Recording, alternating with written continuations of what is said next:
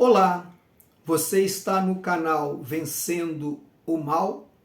Aqui neste canal nós tratamos de assuntos relacionados ao mundo espiritual, ocultismo, libertação, batalha espiritual, entre outros.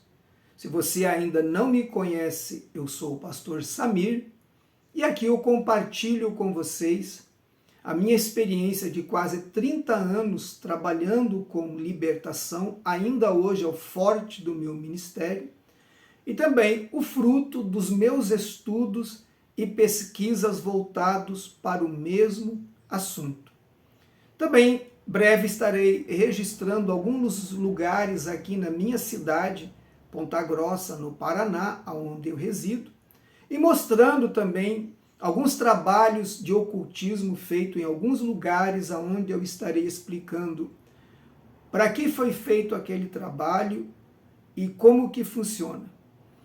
Também eu criei um grupo de WhatsApp para que eu possa compartilhar e publicar coisas que aqui não é possível dado a censura. E se eu aqui publicar ou compartilhar determinados assuntos, o meu vídeo pode ser bloqueado ou até derrubado pelo YouTube, dado a sensibilidade destes assuntos. Então eu criei um grupo de WhatsApp para complementar este canal e ali eu estarei postando, divulgando, mostrando coisas que aqui eu não posso fazer. Este grupo de WhatsApp é voltado estritamente para esse tipo de assunto, para pessoas que se interessam pelo mesmo ou que se sentem chamados para o Ministério de Libertação.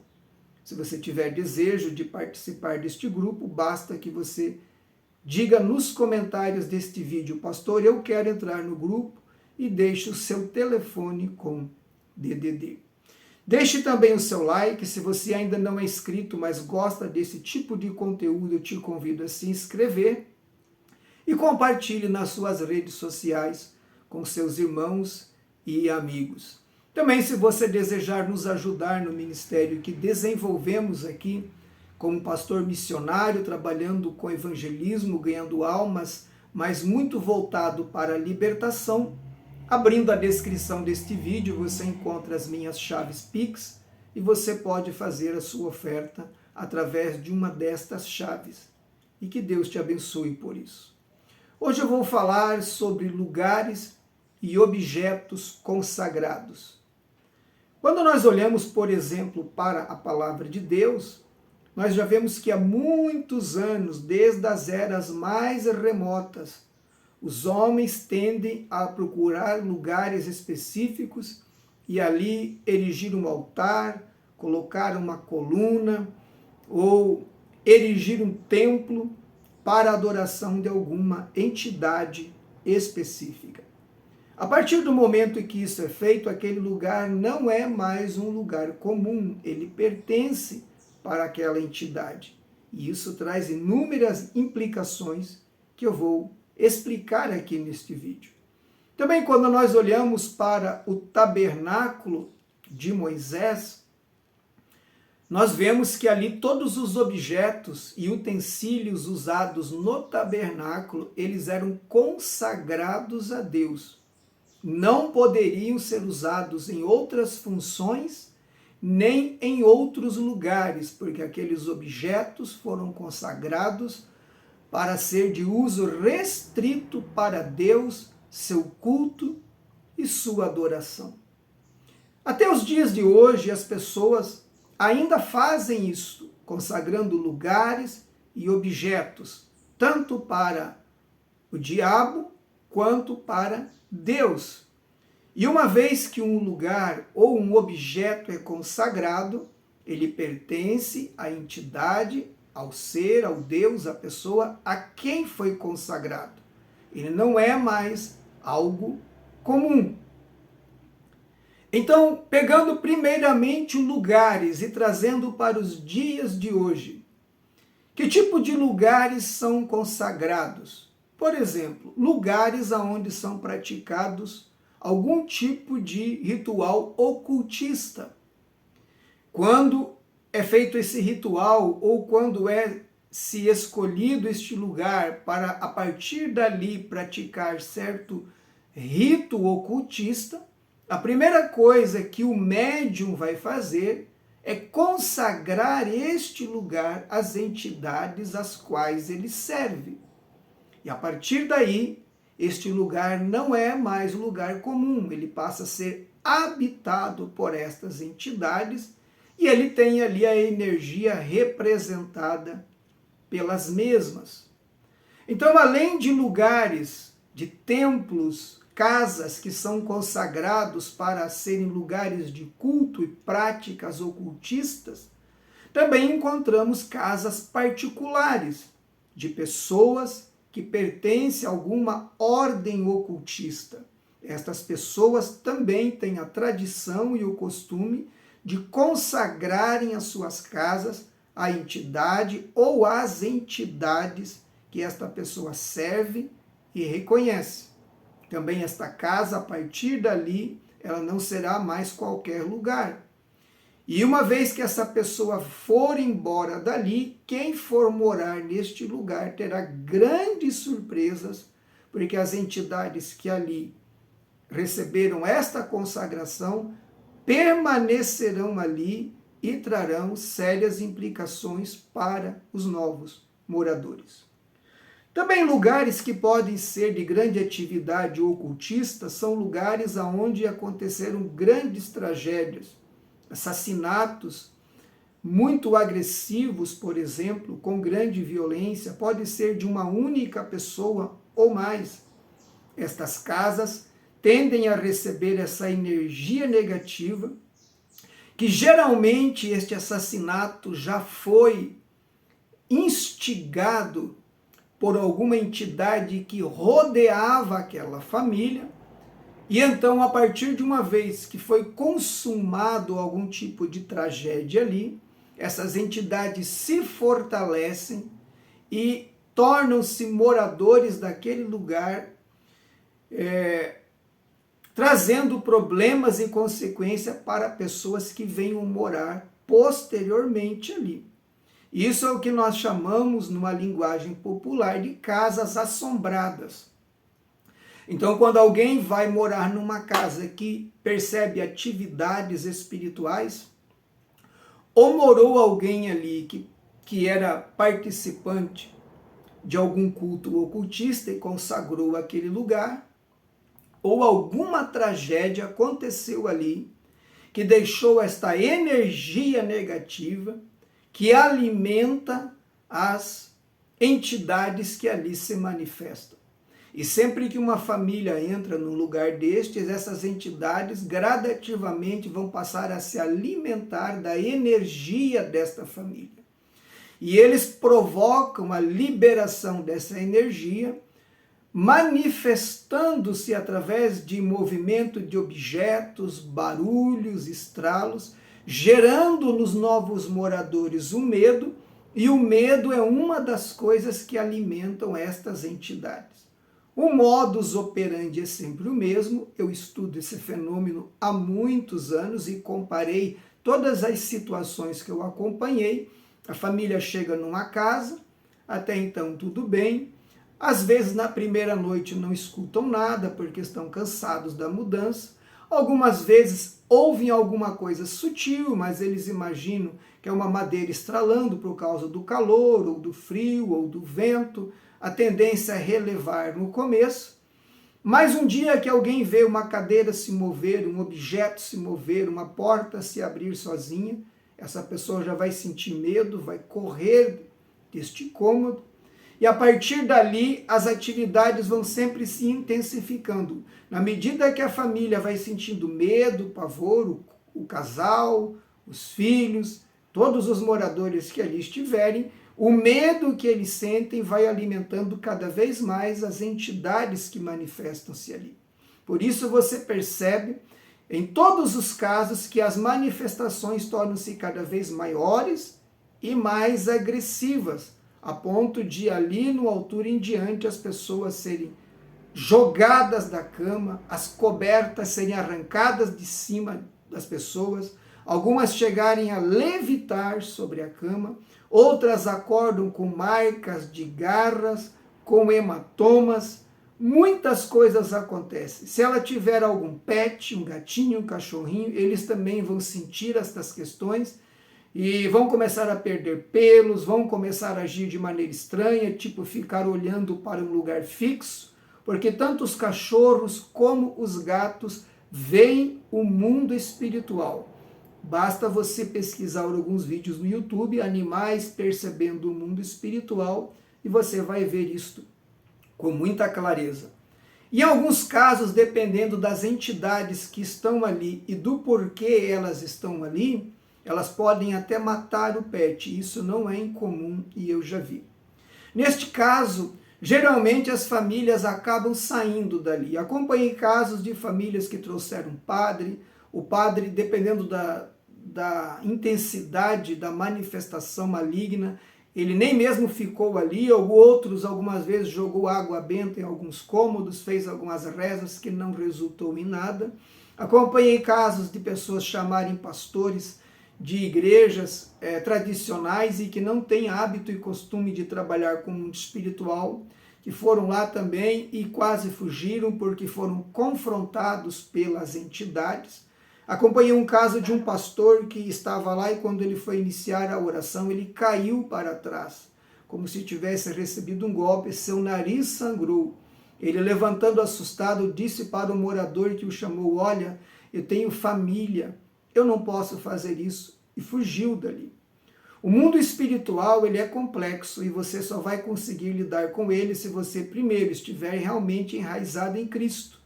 Segundo, se você entender as possibilidades e o que você pode fazer através da unção do Espírito Santo e do conhecimento da palavra de Deus. Então, geralmente as famílias acabam abandonando estas casas. Mas se uma pessoa que tem pelo menos um bom conhecimento básico sobre batalha espiritual for para este lugar, é possível limpá-lo plena, completa e perfeitamente, e se pode habitar ali. Num outro vídeo eu vou ensinar como limpar um lugar que está com manifestação espiritual, seja branda, seja uma infestação. Neste canal vou estar tratando deste assunto num outro vídeo ensinando como limpar. Hoje estou falando apenas do que é lugares e objetos consagrados. Passando então para lugares consagrados a Deus, quando nós entramos numa casa, por exemplo, é muito importante que seja você proprietário ou locatário, que você ore e consagre este lugar a Deus. Se você é o proprietário, você pode consagrá-lo plenamente, mas quando você resolver vender, você precisa orar e pedir permissão a Deus, porque o que é consagrado a Deus é dele. Da mesma forma que o que é consagrado a uma ou mais entidades passa a ser deles. Eles têm direito legal ali. Então, se você é um morador como um locatário, você pode consagrar a Deus orando e dizendo: eu consagro a ti este lugar durante o tempo em que eu aqui morar. Então, este lugar estará consagrado apenas enquanto você ali residir. Eu mudei para esta casa que eu estou hoje, que você está me vendo, há apenas uma semana, um pouco mais de uma semana. É uma casa mais antiga, é uma casa que foi construída aí no final dos anos 90, talvez dos anos 80, talvez início dos anos 90. Então, pela minha experiência, eu já tinha uma expectativa de que talvez pudesse ter alguma, pelo menos uma energia ruim, porque aqui morou muitas pessoas. E num lugar que morou muitas pessoas, não é difícil que alguém que morou ali não necessariamente precisa ter envolvimento com o ocultismo. Se é uma pessoa que diz palavrões, se é uma pessoa que chama o diabo, que chama demônio, se é uma pessoa de uma energia muito ruim, ela já deixa isso ali. Mas quando eu vim com a corretora olhar pela primeira vez, eu já senti uma paz aqui. E eu estava muito atento enquanto eu vistoriava e andava pelos cômodos desta casa. E eu sempre te recomendo que faça o mesmo. E se eu tivesse percebido que algo muito intenso estava aqui, possivelmente eu procuraria outro imóvel. A princípio eu não senti nada e quando nos mudamos, sempre a primeira noite para mim é uma expectativa, porque eu já morei em lugares em que eu tive que fazer uma limpeza espiritual pelas manifestações que aconteceram ali. Em um determinado local, eu precisei orar e jejuar por 30 dias para derrotar a entidade que habitava aquele lugar. Mas graças a Deus aqui não foi assim. Depois, observando algumas coisas na casa, passei a perceber que os antigos proprietários, com grande probabilidade, haviam sido evangélicos. E nesta casa, graças a Deus, nós sentimos paz. Oramos muito a Deus pedindo que nos dirigisse na nova locação quando precisamos entregar o imóvel que estávamos antes. Aconselho a você que sempre faça isso quando você for locar e principalmente quando você for comprar um imóvel. Observe, preste atenção na energia que você sente lá, e se você puder até na questão de uma compra obter um breve histórico de quem morou ali, vai te ajudar muito e vai te evitar sérios problemas. Objetos consagrados também não é diferente. Podem ser consagrados no ocultismo ou consagrados a Deus.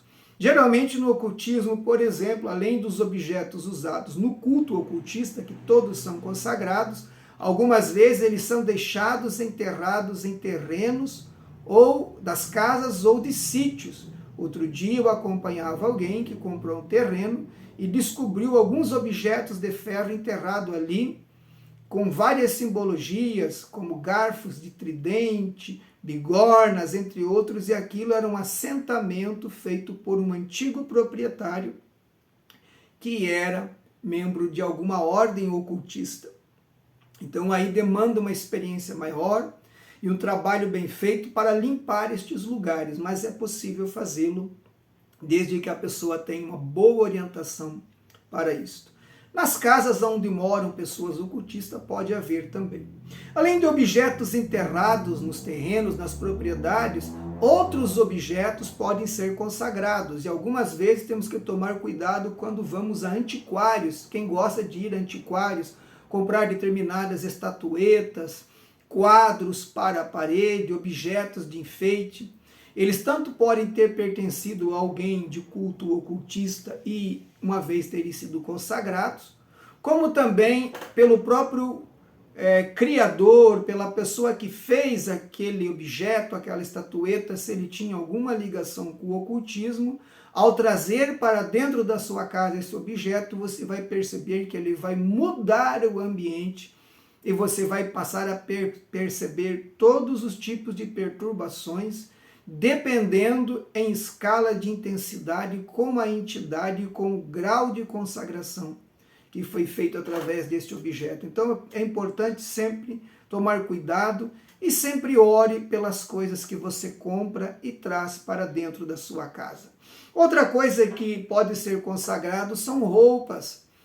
Então a roupa, ela carrega a nossa energia, ela é muito procurada por alguém que quer fazer o mal, porque ela contém a energia. Sempre que você ganhar algo de alguém, uma roupa, por exemplo, é importante que você ore por ela. E se você estiver desconfiado da pessoa que deu, que já há uma possibilidade de ter feito mal para você através dessa roupa, eu te aconselho que jogue fora. Também, geralmente, consagramos as coisas usadas para Deus a Ele. Vou dar exemplo, instrumentos musicais numa igreja, o próprio terreno da igreja, quando é comprado, é feito aquele culto, onde se enterra uma pedra fundamental, geralmente se coloca ali uma Bíblia e é feita uma oração. Isso também é um tipo de consagração a Deus, e este lugar torna-se um lugar sagrado. Todos os objetos consagrados a Deus, instrumentos musicais, entre outros, não podem ser vendidos, doados ou dados a qualquer pessoa. Porque, por exemplo, uma guitarra consagrada para louvar a Deus na igreja, se for vendido ou dado para alguém que vai tocar no mundo, trará consequência para as pessoas que fizeram isso. Eu, certa feita, novo convertido, ganhei um carro quando eu comecei a fazer a obra e, na minha inexperiência, coloquei as mãos sobre este carro, ungi ele com óleo e consagrei ele para a obra de Deus, numa boa intenção. Anos depois, eu estava um pouco perturbado com este carro, porque o motor era 1000, eu viajava com família, com muita bagagem, ele não desenvolvia. Um dia, no momento de irritação, eu fui numa concessionária e troquei por outro. E tive sérios problemas até que Deus veio e falou comigo, mostrando-me que eu havia vendido algo que não era mais meu, mas era dele, porque eu tinha consagrado a ele. Sempre que nós consagrarmos algo a Deus, nós podemos vendê-lo, mas precisamos orar, pedir a permissão de Deus, para só então passar à frente, porque o que consagramos a Deus é de Deus. Outras coisas podem ser consagradas também, usando agora já na igreja, como por exemplo o óleo da unção. Há pastores que não consagram, eles usam até mesmo óleo de cozinha na hora de ungir um enfermo e colocam o óleo sobre a pessoa e fazem uma oração. Não tenho nada contra isso, mas eu aprendi por experiência, eu pratico, de comprar um óleo especial, um óleo de boa qualidade de oliva, e eu misturo nele alguma essência, como por exemplo mirra pura de boa qualidade. E então eu oro por este objeto e consagro a Deus. Uma única vez é suficiente para que algo seja consagrado a Deus. Agora, esse objeto, ele não é mais apenas um ponto de contato de fé, como o óleo de cozinha usado para ungir alguém, mas uma vez consagrado, ele tem poder espiritual. Ali reside o que chamamos de unção, de virtude do Espírito de Deus. E se você um dia quiser fazer um teste, quando você consagra um óleo a Deus, ou até um copo com água, se tiver uma pessoa manifestada de demônio, se você jogar o óleo nele, ele vai gritar e vai dizer que está queimando, porque há virtude, há unção neste objeto. Então, estes são objetos consagrados a Deus. Assim como os objetos consagrados a Satanás, levados para um lugar, atraem o mal ou carregam o mal em si, os objetos consagrados a Deus também têm unção, têm virtude. Nem todos acreditam nisso e nem todos sabem disso, porque, como eu disse aqui, é necessário anos de experiência, de bagagem, de estudo para entender como é que funciona o mundo espiritual. Se você tem um filho, um cônjuge, que está vivendo em situações bem complexas, cheias de problemas, afastado dos caminhos do Senhor, eu te aconselho a orar nas roupas desta pessoa. Porque na medida que você orar nestas roupas, o poder e a virtude do Espírito fica ali e vai quebrando a resistência do mal na vida da pessoa. É importante também que você ore na sua cama, no seu colchão, e até mesmo nos travesseiros. Eu tenho essa prática de fazer isso e noto que sempre que eu faço, a gente passa a dormir melhor e dormir bem.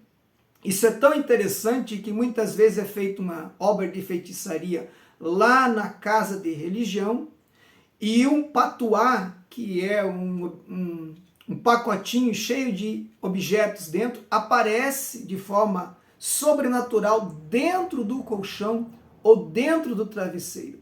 Por que é feito esse translado espiritual? Porque o colchão e os travesseiros contêm a energia das pessoas que dormem ali e dão poder às entidades para atuar na vida dessas pessoas. Uma das reações ou